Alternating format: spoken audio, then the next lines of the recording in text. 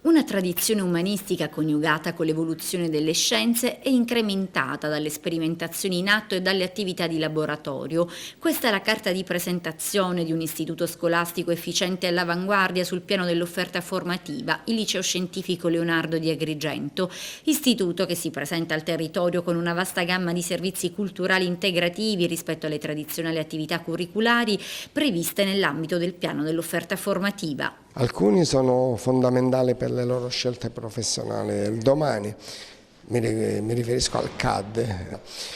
Ne facciamo due corsi, un corso base di 50 ore e un corso avanzato di 30 ore, generalmente destinato ai ragazzi delle ultime classi, quarto, quinto. Poi curiamo le tre lingue, l'inglese, il tedesco e il francese, perché il nostro, oltre che un liceo scientifico, è anche un liceo linguistico. Poi abbiamo anche settori estranei alla scuola, chiamiamoli estranei, ma la scuola aperta, una scuola moderna, non può, niente è estraneo. Allora abbiamo curato l'archeologia in collaborazione col web. E poi l'ultimo è quello sui media e il cinema. Sulla base di questi importanti riconoscimenti e sulla base anche del grande interesse mostrato da parte dei ragazzi, questi progetti saranno riproposti anche per il prossimo anno?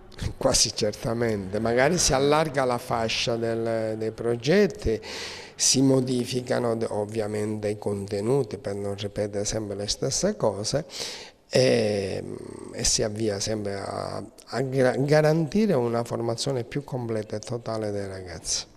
Tu sei tra i ragazzi che hanno sostenuto l'esame, ma nel caso tuo c'è stato anche un riconoscimento particolare. Raccontaci un po' questa esperienza.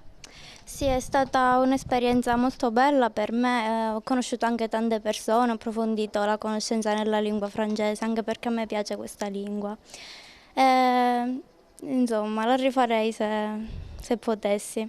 Parallelamente alla partecipazione appunto al corso PON nella nostra scuola, nel nostro liceo, abbiamo partecipato ad un concorso bandito dal Parco Archeologico di Agrigento che prevedeva la realizzazione non solo di un documentario grazie al quale abbiamo anche visitato luoghi sconosciuti anche dagli stessi agrigentini, quindi diciamo una buona occasione. Inoltre abbiamo anche realizzato, io quindi e alcuni miei compagni, un cortometraggio dove in modo carino si invita, diciamo, è un buon augurio per le nuove scoperte riguardo il campo archeologico della città.